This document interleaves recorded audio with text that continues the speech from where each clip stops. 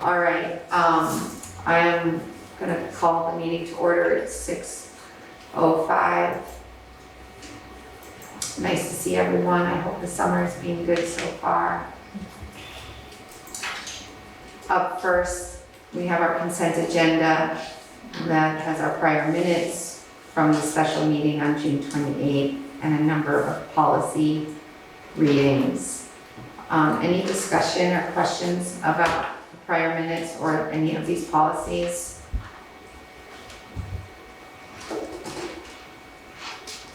Okay, then I'm gonna make a motion to accept the consent agenda. We'll do that by roll. Erin?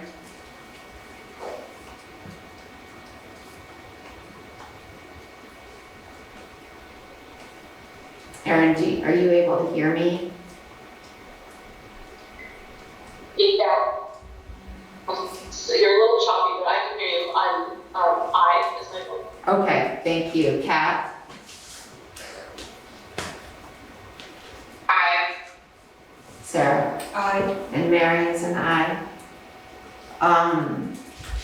For our agenda tonight, prioritization, Lynn, I know we were making one change. The one change is the spotlight. Yeah. We have, Dr. Burge, we've asked her to do a spotlight. Great.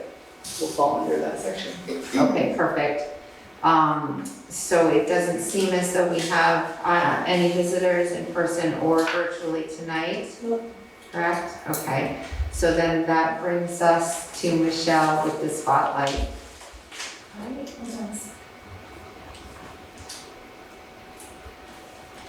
Just gonna wait for Courtney to put my slides up.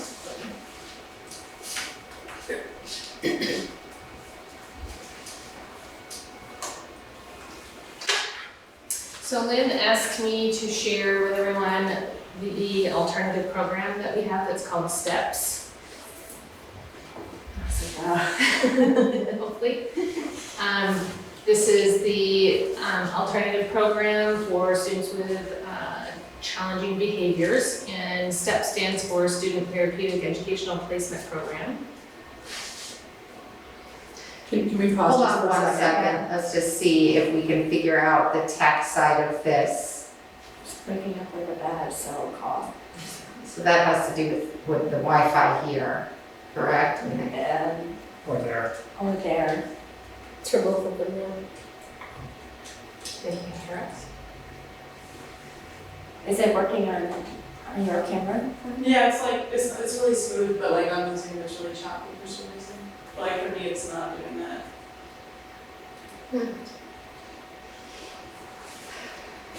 Well, I think we're just gonna have to make the best of it.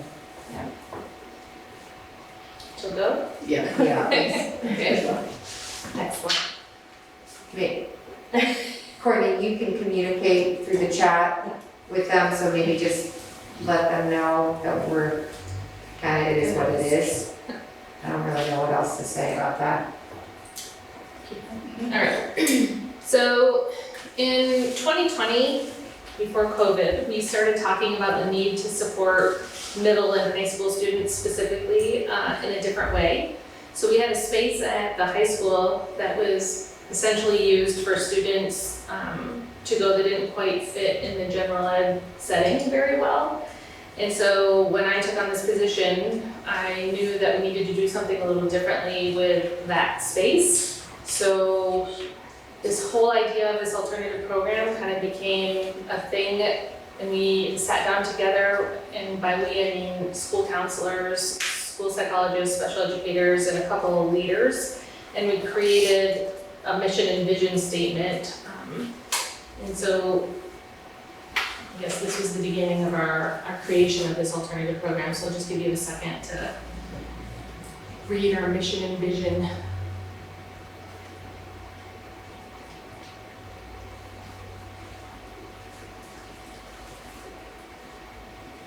Sure, you're gonna talk about access or the intention behind why we're gonna do that.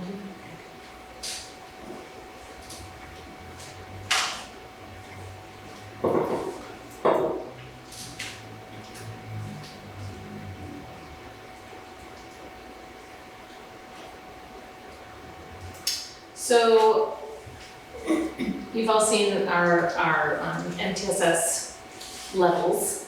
And so the alternative program ends in where the arrow is in level 5.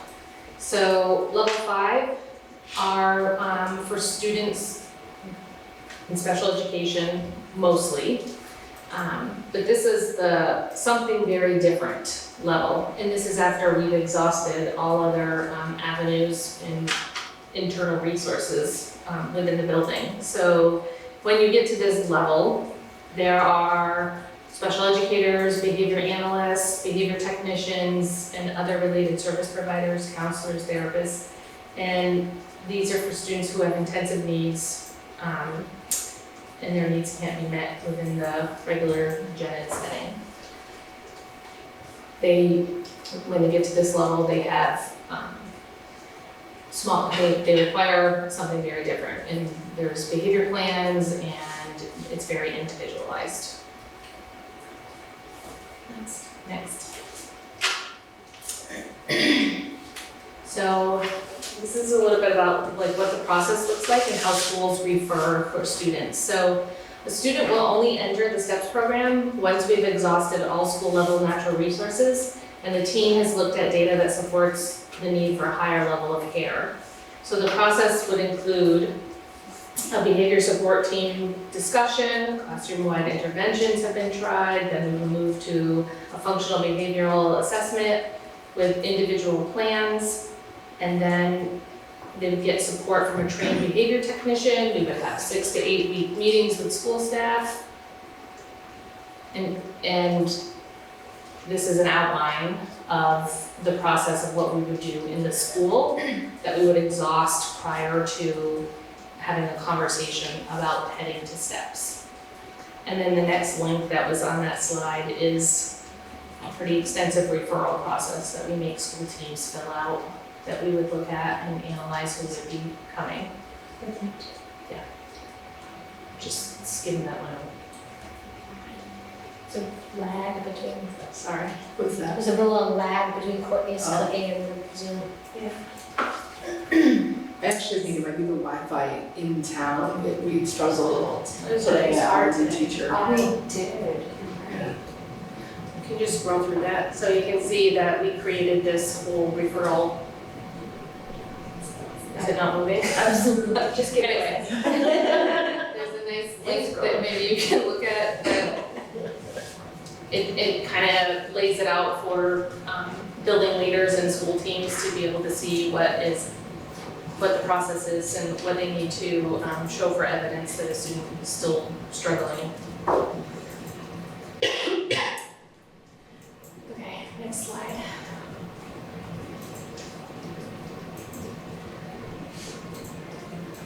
Oops.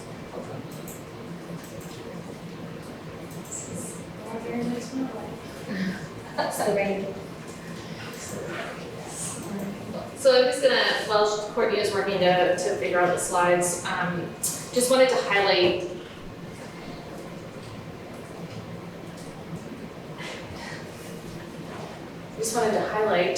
what happens, what the plan is within the program. So students that are in the STEPS program are gonna have some individual advisor time, they're gonna have personalized academic time, work-based learning opportunities.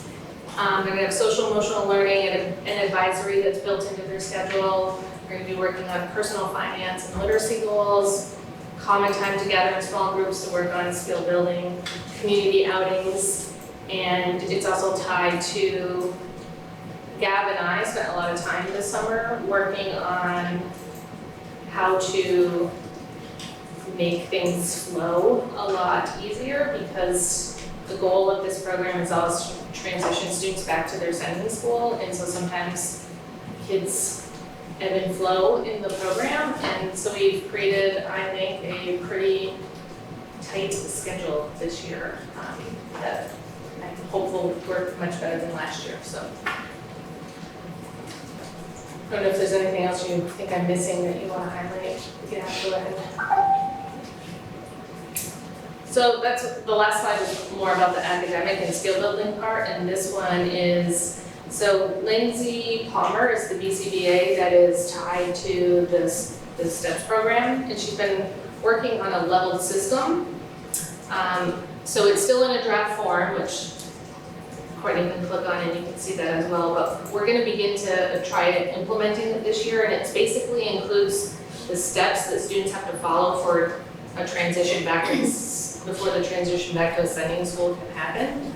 And as you move through the leveled system, more privileges are earned, and there's less skill building is needed, and essentially a behavior plan we can start fading the behavior plan out, but everybody's gonna enter level 1. And then when you get to, I don't know if you can try to scroll down. I'm sorry. When you get to level 4 is when we will start the conversations with the building leaders of transitioning schools back to their, transitioning students back to their setting schools. This is new this year.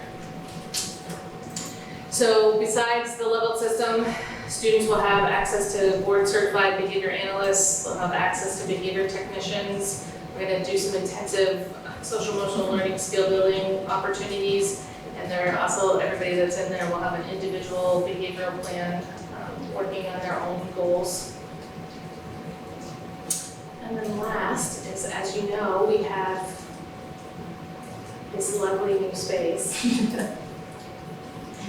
And I just wanted to highlight some of the, I wish I had the before pictures, I don't, but the picture on the left is an entry. When we come in, we have this little entry section, and everybody's gonna have a locker.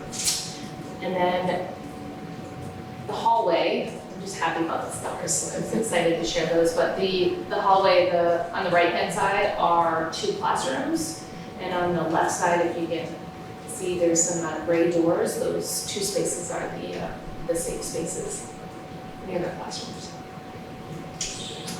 Next.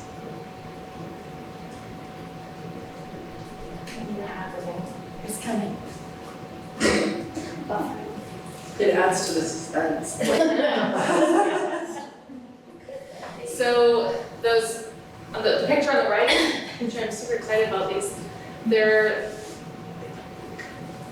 individual cubbies. So if a student doesn't need to be in the same space any longer, but they're not quite ready to return back to the classroom, we have these individual workspaces that they can be at, and they're pretty, oh, there they are. And they are made out of this, this rubber, so like they can't tear them apart. So they're super strong, and I'm excited about that. Anyway, then on the left side is just an example of what the classrooms will look like. And then there's one more section. And then on the left, there's just another picture of the other classroom. And then the little kitchen areas is like the adult-only spaces where the photocopier and printer will be, and a little kitchenette. And then there's a little office in the backside where like files and things can go. That's it.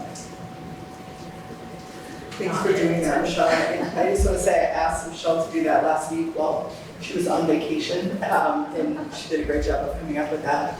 A couple of points I just want to make is that we house this program. It's in, this is its 3rd year. I think This one, and it's grown every year. Yeah. We've expanded each year. It had previously been held at Petersburg High School for the middle high school piece, and the K-5 piece had been at that Monteith House over by Cold Hollow. And we talked as an SU board last year about how those spaces were really not working for students.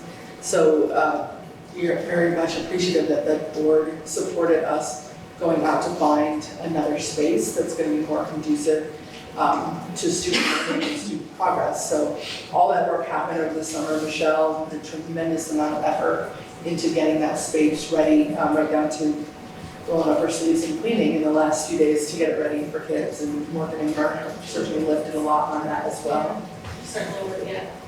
The other piece I just want to say is one of the reasons we originally went with building our own program is that, well, 2 big reasons. One is we feel strongly that students are best served in their community if we can. So we felt like it was the responsible thing to do to build some of our own programs.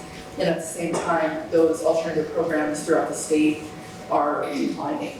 There's fewer and fewer programs, and the programs that are still in existence, the wait lists are substantially lengthy. So we had another alternative program in the region close over the summer, which left several school districts and supervisory unions scurrying to figure out how to serve those students. And for us, we didn't have to scurry because we already had our own program. So I applaud you, Michelle, for having the vision to do this and positioned us well for our new reality with the limited resources available to us. Thank you. Thank you. Yeah, thank you so much. I mean, it's really wonderful to see it coming to fruition. And I suspect it's serving as a model for many of the other supervisory unions and districts that Lynn is referring to, because we are not alone. We actually have had several requests. I just had one yesterday that said, well, I don't care what the rate is, whatever you charge, can you please take this student? And I'm like, sorry, not yet.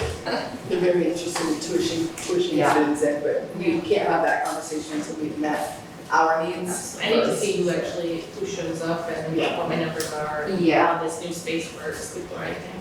And staff will And be staff, a yeah. consideration for sure. Well, it's wonderful. Thank you so much. So moving on, Morgan, you're up with our financial and business report.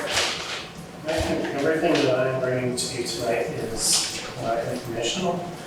The only thing that I would say is that in October, we will start in earnest a conversation around staffing in the FY25 budget. And just keep reminding you that we've got about 12 FTE of people that are funded out of the ARP-ESSER grants. And so we've already been having conversations internally about what the future is of those positions, and we'll be bringing that to you in October.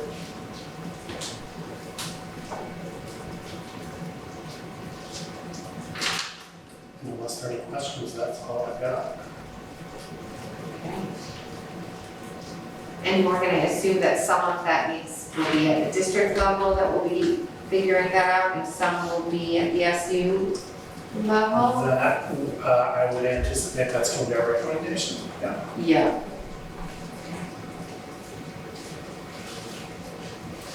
Great, thank you. So that brings us to you, Lynn. Okay. So the first portion of my agenda is personnel. So it's informational for this month because we granted authority to me to hire over the summer without board approval. So there have been no changes since I sent this out to you. Do you want me to go through position by position, Mary, or do you just want it posted? I think it's helpful to know who's coming on board. So we're excited to welcome Emily Foy, who is an occupational therapist. That was a great find by Michelle to have such a need. We haven't been able to offer the amount of occupational therapy that we would have liked to previously, so we're excited to bring her on board. We've hired a special educator that will be placed at Bridgeford High School, Katarati, whose husband we've also hired to the principal director. Gab Lundra and Leah Belizos both are here today. Their first meeting in their new roles. They're both co-interim directors for instruction and learning, filling in for with Jody's departure. So they're already off to a great start. Very busy, but off to a great start. We've had some resignations. Bearable Parody from Enosburg Elementary School. She's been a long-time preschool teacher, and she was a preschool special educator. At one point, she has had to resign. James Wall, an SLP paraeducator, and Megan Westcott, a paraeducator in Michelle's alternative program. They have also resigned. We still have several open positions in FNESU. We're looking for 3 special speech and language pathologists. We would love to find a therapeutic social worker, a school psychologist, a family engagement coordinator for Enosburg High School.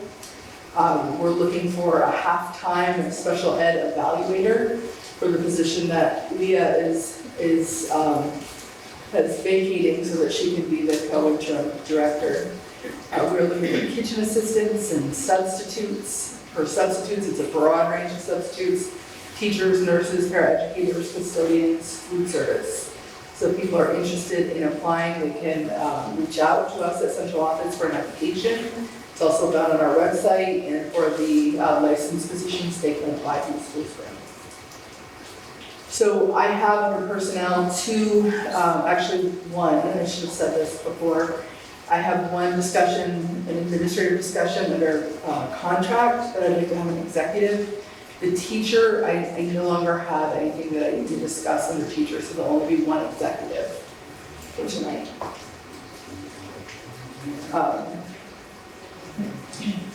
I think, Courtney, can you go to slide 4 first, and then I'll bring you back to slide 3. Okay, Seems like it's catching up quicker. okay, so back 1, This one? back to the board monitoring division, there you go. The one that has the board goals on it, sorry. There we go. So, as you all know, if you've been here in the SU for a while, the SU board developed board goals a couple of years ago. And those board goals are what are really guiding our work within the organization. And we're really starting to feel that this is becoming the foundation of what it is that we're working towards in FNESU. So it really has been effective to give us that guiding light. So I'm just reminding you of those board goals. I'm also reminding you that the really deliberate decision that this board made to use all in each of those board goals. So we made a commitment that we were going to be working towards by June of 2027. All of these were 5-year goals. So by June of 2027, all students at FNESU will be reading on grade level by the end of grade 3. The second board goal was around all students at FNESU completing high school by demonstrating proficiency in the graduation requirements as reflected in their personalized learning plan, and that's tied to our portrait of a learner. The third goal was around social emotional learning, and all students demonstrating proficiency by the end of each grade level band on social emotional learning priority standards. So we're working really hard as an organization to meet those goals, and as part of that work, you have asked and I've offered, because I think it's important to have a board monitoring plan.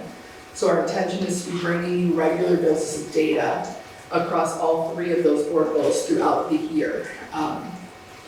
We've been engaging others in looking at what that board monitoring plan could include and should include. So I'm going to have Courtney click that link at the very bottom.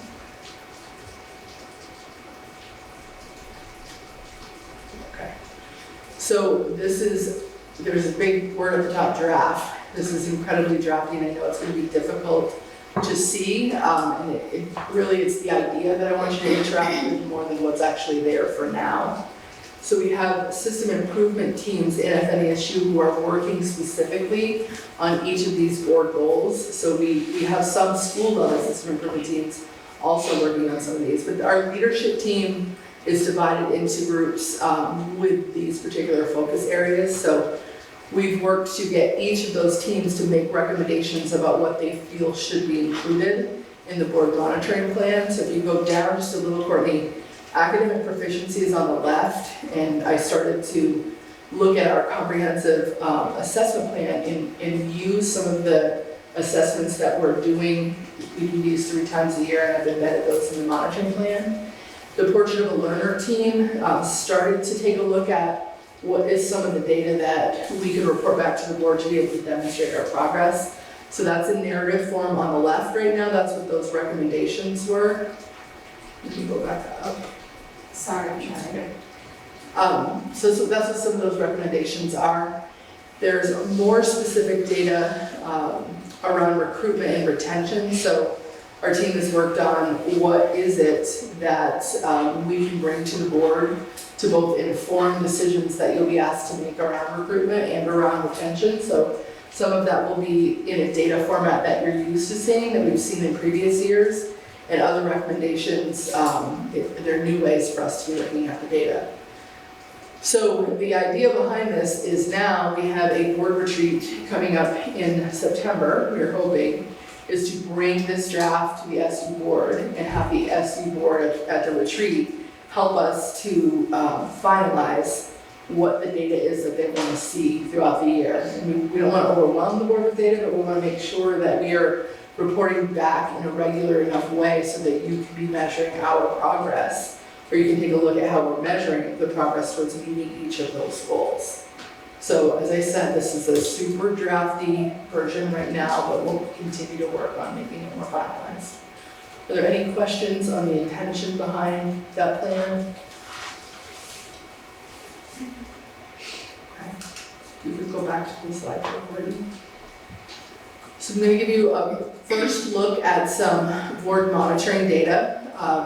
The previous slide is one of the board monitoring data points that I wanted to share this year. So one of the big goals is around learning. And one of the investments we made with our ESSER, using the federal recovery dollars, was to invest in Talkspace, which is an online mental health therapy option. And we have data from each of the months. I know that's really small. I don't know if there's a way to make it bigger or not, but what is reflected in each of those lines is number of people who've accessed that support. These are separate and distinct users. So we had no one accessing in January. It was right around where we rolled this out. And you can see by February, 9 people had registered and were starting to use the service. We added 18 more in March.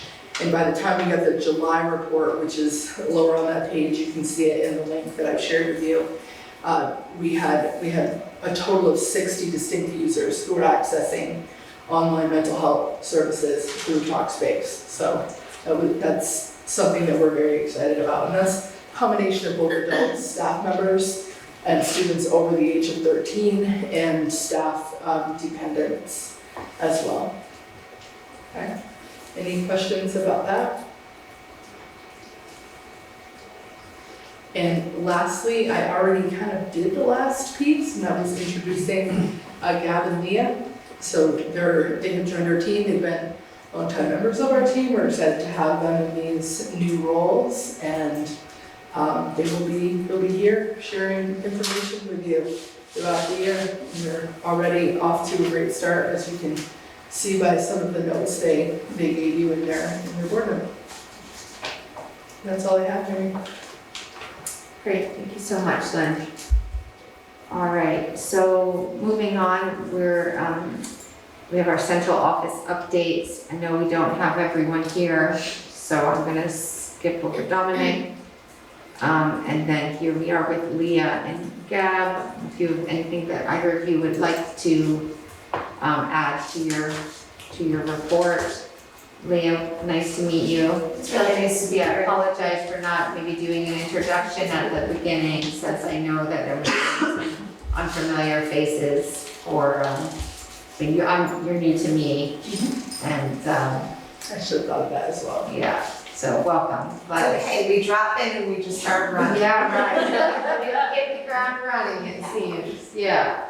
So I think just a quick share is that we're kind of feet first into it right at the tail end of July, and we have a pretty major in-service day coming up this week for convocation, and a lot of staff that we're very actively trying to make meeting full connections for during in-service. So I think those would be my quick shares. I do have.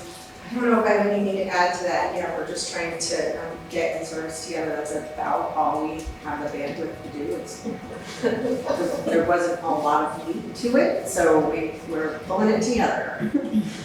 The other piece I'll just say for both Gab and Leah is Gab is still holding on to the coordination of our Flexible Pathways Academy, and Leah is still holding on to our FNESU EST coordinator. So they both are holding one piece of their previous job, so they're also trying to juggle both things as we shift into the start of the year. And it was the end of July, beginning of August, as they both began this transition. So the lift has been heavy. Yes. we appreciate it. We're happy to have you in that capacity for sure. Seems like a good team. So, great. Michelle, do you have anything that you would like to add after your? I've been spending most of my summer working on the alternative programming. Not that I want another spotlight, but at some point I would love to share some information about the TAP program that I'm really working hard to build to, and that has shifted to Enosburg High School, and so not right now, but that's another area that I've been working on. That I haven't shared a lot about, so more to come on that. Great, thank you. Michelle Irish. Yeah. So I really spent most of my report highlighting the summer professional learning that I helped to coordinate this summer around building a more equitable advisory system, working on an equity improvement plan based on the data we've been collecting for the last few years. And then we also had a group of 26 of our faculty went to a training called the Magic of Circles, and it was all about sort of increasing belonging and relationships in our schools in ways that were really tangible for those educators. People were thrilled with them, and it was supported by the Chevy dealership who hosted it, so our people went for free, and we didn't have to pay anything for their attendance, and it was sponsored by led by the Sweethearts and Heroes program out of St. Albans, and they've been doing some great work. They did a lot of work at Enosburg last year. They're coming back this year to work with Enosburg again during in service, Richford High School, and Shelton Elementary in the winter. So that's been really powerful. They focus a lot on bullying and belonging, and it's really been effective. So I think the only thing I would add is that I have a draft that I'm working on of the equity improvement plan based on the summer work. So that'll be coming forward to you shortly. That was Shannon Chevrolet. Chevy was the major Chevy corporation, and then the local dealers, I think, were the ones that paid sponsorships. So Chevy for this area. Handy, I think. It's very generous, and it's great. Great, nice. Thank you so much. Dawn. So summer feeding came to an end the 4th of August, which we ended up having 18 various locations of sites that we were serving kids at. We did partner with Notch again for the Richford and Swanton site, so we provide meals, and then they provide the camp for those kids. Then we also did our local after-school programs. The Leaps did theirs. We provided food for all of those kids. We have new teacher in service today and tomorrow that the food service took in, did the meals for that. Once again this year we're kind of taking on that role of supplying the lunches for the staff during these in-service days at a cost to the staff. It's just like if they were eating our regular school lunch during that day, but it helps to keep them at the building. They can communicate and have time with peers that they maybe sit down and enjoy a meal with that they normally can't do from another school. This year, something different that we decided to do was that we decided at our convocation in-service, which is the big SU in-service for all staff, food service is going to do a barbecue that day for those staff members. That's something new that we've never done before, and we're going to hope that it pulls off without a hitch. We'll do our best to try. We may have bumps in there, but we'll get through them. So, other than that, we're good. Great, thank you so much, Dawn. Melissa. Over the summer, I had a small team of us come together to do some curriculum alignment with priority standards and teaching strategies and goals. And we also created some documents around early multi-tiered systems of support. And one thing I'm really looking forward to this school year is the fact that over the past 2 years, we've laid a pretty solid foundation and gained some consistency across the schools in our early ed program. And now we're able to dive deeper and communicate that out to the community and to families. So we'll start to kind of build up outside of just our classrooms. Thank you so much. Gail, do you want to do anything, talk about flexible pathways? Yep, it's different. It's a different job. Couple things, enrollment is like ramping up right now, so lots of people calling, it's the beginning of the year, so those numbers that are in there are probably not that accurate. I think I had 5 people like waiting for me to email them back. So those enrollment numbers maybe not so accurate, but also the data that I put in there, as we have figured out over the past couple of years, it's been really, really hard to deal with data for this small number of kids. The grade band, so I had Mia help me create the data that's in there, and the thing that seems unclear is on the left-hand side, we had to attach numbers to what's normally letters for those scores. Like normally the letter is the score, so A is not a score, it's a level. It's the reading level. Yeah, so like AA, we had to translate that as 1. So I tried to make that clear on the left-hand side, but that's sort of what that means. And there was some pretty good growth in reading for the kids who were there steady. So I'm excited about that. I think Brittany was pretty excited about that. Almost everybody went up, and some kids went up a lot. So we're just gonna keep doing what we're doing there with foundations and just keep what we're doing. And It's a little harder, just want to elaborate on what you said about the reporting. It's a little harder for Gab to pull reports because each of those kids are still enrolled in their individual schools. And she's not able to report out on grade level progress because there are fewer than 10 students in each of those grade levels. So it would be identifiable if she tries to get down to the more detailed level that some of our schools are able to get to. So I think she's able to show that overall that there's progress being made, but she can't get at that. She and I can look at the grade level progress, but we just can't quite bring this to the student's level. Yeah, makes sense. so math is our next feat. Great. I know Vern's not here. Morgan, is there anything from Vern's report that feels worthwhile for? I think maybe not so much for this board because we're doing those updates at the local meetings as well. Okay. The only thing that I would add or highlight on his is the work that you and Michelle have done to get the steps Yeah. building up and running. We won't go into details on the actual work that they've had to do to get things ready, but I think we're optimistic we'll be ready by next week. Great, okay, thanks. So we're moving on to our board business. We have some discussion that Lynn is going to help guide us in with this essential work of the Vermont School Boards and the Board and Superintendent Partnership. Do you want me to share?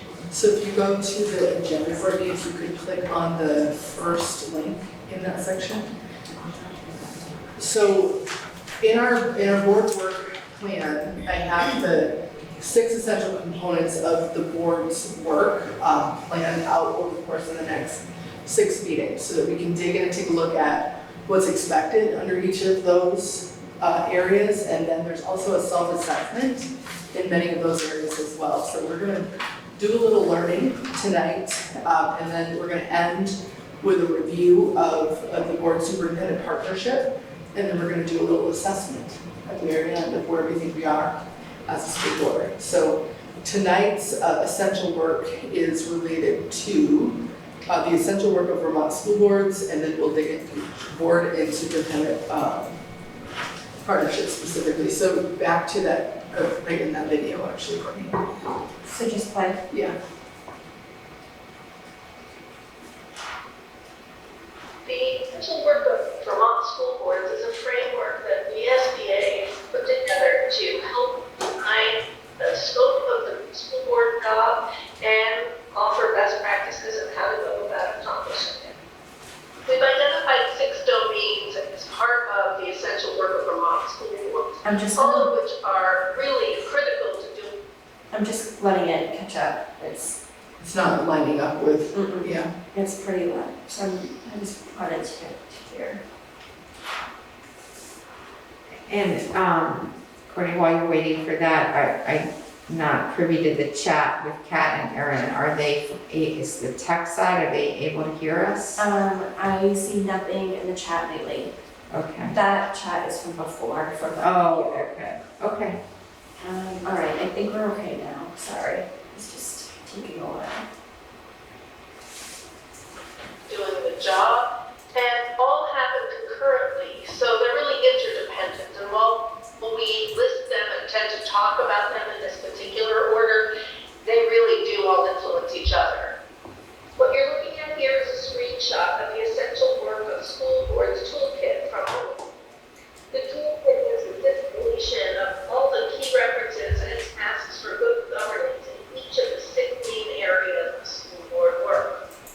A good place to start the conversation is talking about engaging the community and establishing a vision overview, because everything else really hinges on that vision. The board is in the strongest position when it is engaged with the community, clear in its vision for education and unified in its direction.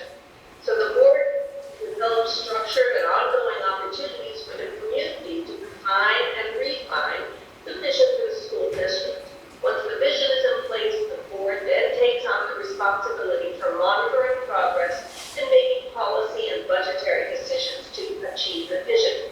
To keep the community in the ongoing work of the district, including current successes and challenges, the board must seek to engage community stakeholders in a variety of settings and contexts. The development and maintenance of school district policies is the central job of the school board. The board must ensure the district not only achieves educational results for students, but does so in a manner that complies with legal requirements and meets community expectations. The board does this by setting policies that articulate the values and concerns of the board as trustees of the school district. Once the board has established policy, it delegates the authority to further interpret the policy to the administration, which is often done through written procedures. The board should regularly monitor for policy compliance. After all, if it's important enough to be addressed in policy, it must be monitored. Perhaps the most important decision a board makes is to hire a qualified superintendent to lead and manage education through the district or supervisory union. Boards provide oversight. They do not manage day-to-day operations of the school system. Vermont law designates the superintendent as the chief executive officer for the supervisory union or district.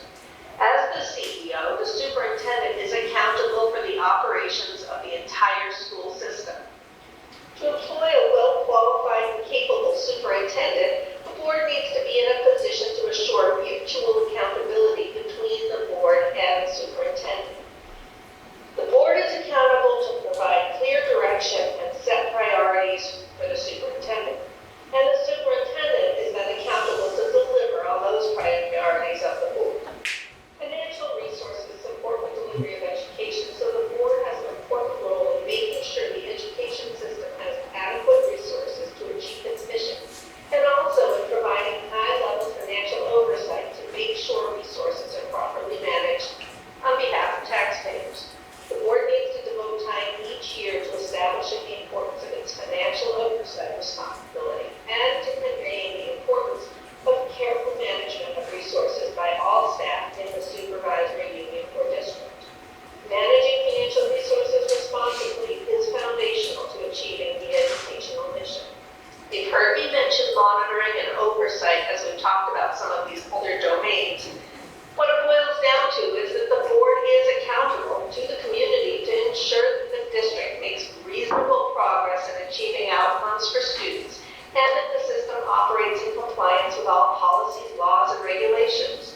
To meet this obligation, the board needs to monitor both these areas regularly.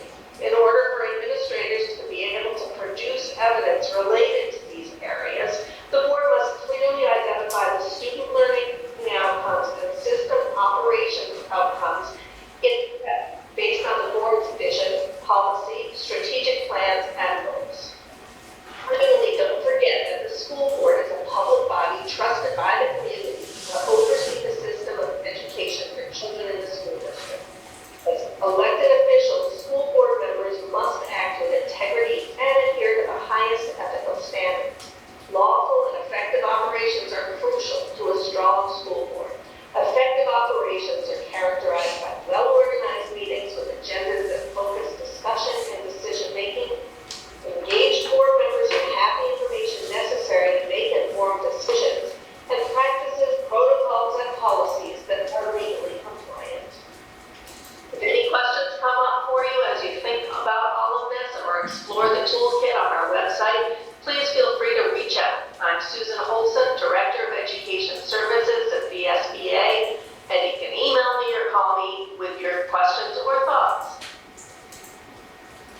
So that's all mostly true, except for Susan Holson doesn't work for the VSBA.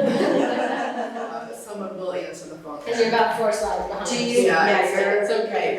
I think people were listening, you kind of get the idea. It's really about defining what those 6 operational requirements are for our school boards to consider. So tonight we're gonna talk a little bit about that board and superintendent partnership, so I'll have you click into that section, Courtney.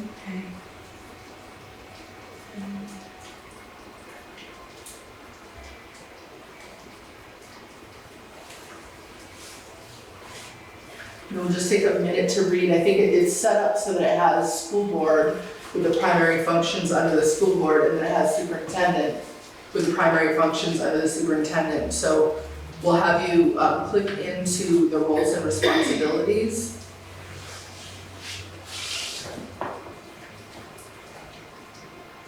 There's still a lag. Oh, yeah.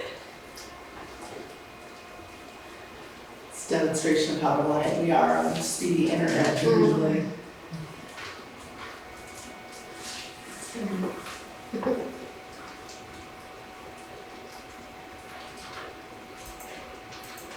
So why don't we all take a moment to read, you could go up enough so that they can see the whole school board section. Yeah, You'll eventually get there.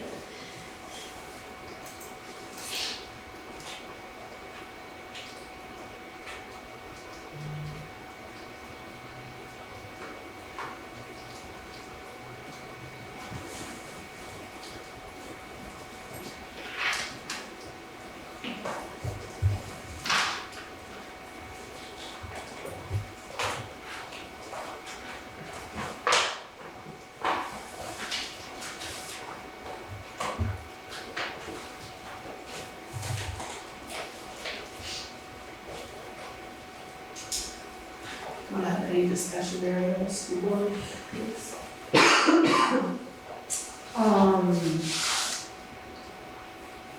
Well, I'll just say that I do think that especially in the last number of years and probably kind of through the pandemic, that we've done a better job of really kind of elucidating kind of what the work is and what the work isn't.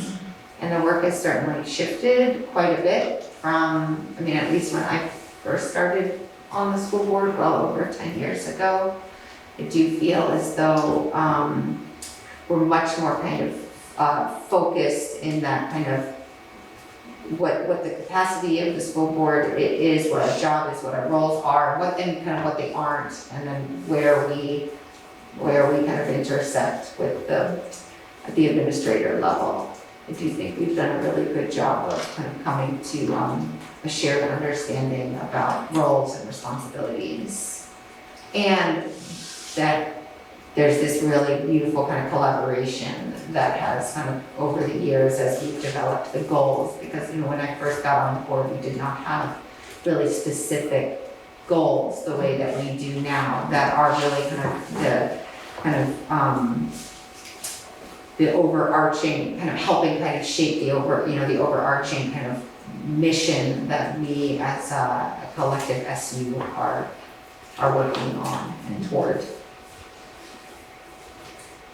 Anyone else have any comments on the school board? Please, I don't know if Kat or Erin have anything.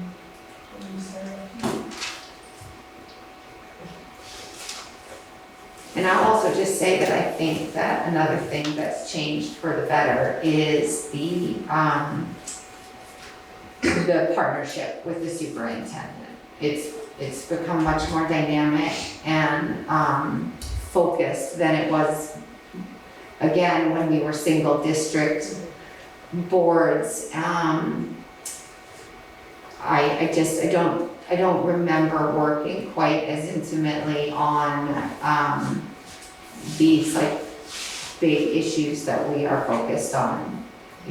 10 years ago, we really always say this, we were much more focused on like the floors of the foyer at the school. I mean, we just really kind of stepped it up, I think, with the work of the board and the way we interface with the superintendent and the administration in general. Do we want to take a moment to read the superintendent section?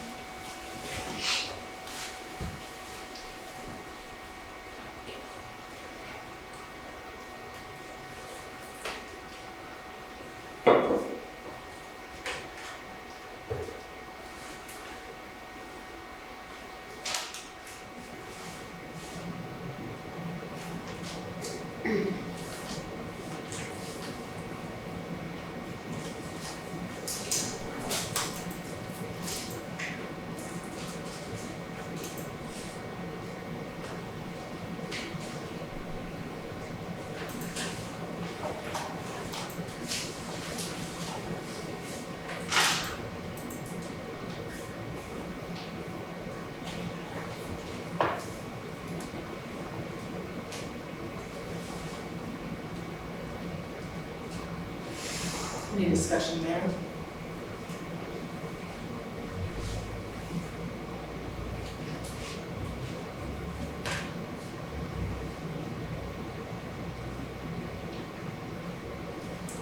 I think to piggyback to what you said, Mary, I think that the work has changed over the years, and I think it has to do with elevation too. When, I remember as a former principal, a lot of board conversations centered on what color the school sign should be painted, or, deep conversations about locations of field trips and some things like that maybe were at an elevation that wasn't quite high enough for a school board to be contending with, because I think in the single district, that was the temptation to get into the operational place.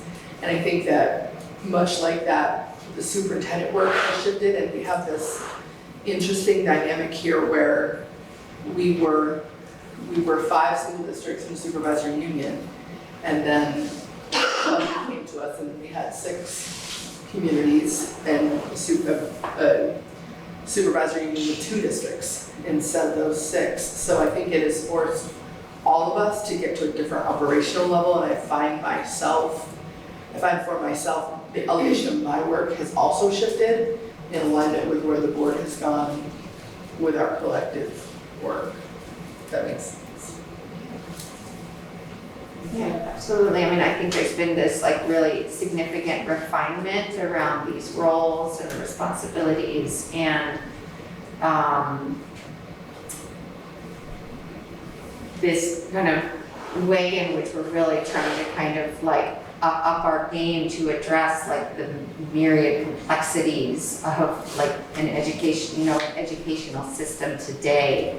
I mean, and how are we supple and adaptive to all the challenges that we're kind of constantly facing, fiscal challenges, COVID, pandemic, teacher shortages, teacher burnout, whatever we're talking about, and also how are we being kind of forward-thinking and progressive in our strategies around diversity, equity, and inclusion, and really being topical, and I think of the STEPS program also being just really change in such a positive and kind of proactive way. It's just a really, the work is very dynamic and needful, because it is how we contend with the enormous kind of complexities and pressures that we face as a system. And then we've done a great job, I think, of kind of restructuring and delegating, so that we hire these, people in certain positions to help kind of, in a way, compartmentalize the work, like bringing in Vern, for instance, and then unburdening our principals around some of those endlessly complicated tasks around buildings and structures, and that is a way then that we're really being forward thinking for 5 years, 10 years, 15 years, 20 years around our grounds. And that's just one example. We've done it with food service too, with Dawn's role and position has been just wildly kind of positive for the SU. And so I just think there's just this level of kind of dynamic response to how we function as a system, and how we best serve our community and our taxpayers, and then really first and foremost our learners and families. So I don't know if Aaron or Kat, do you want to jump in on any of this? Do you have anything you want to add about either part?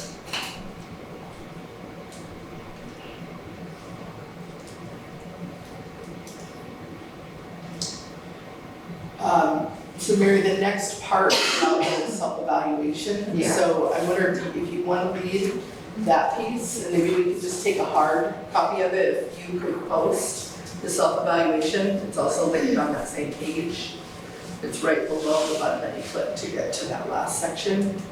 So I'll give a copy. And Lynn, with this, did you want us to discuss each?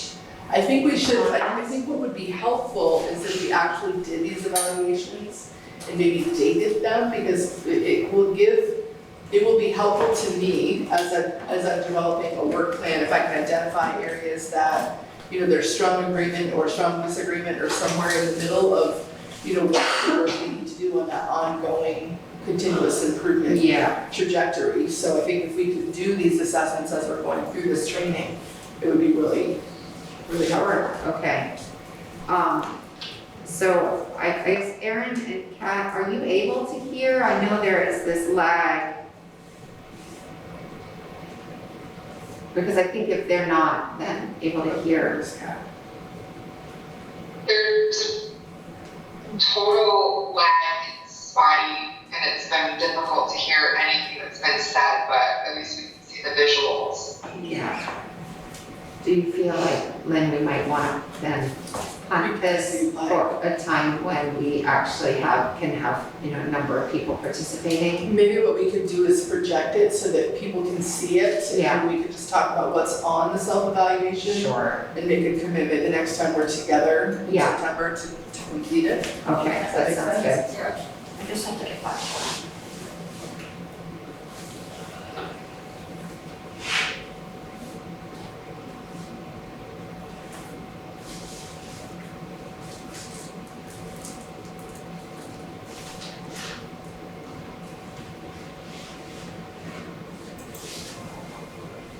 Here we go.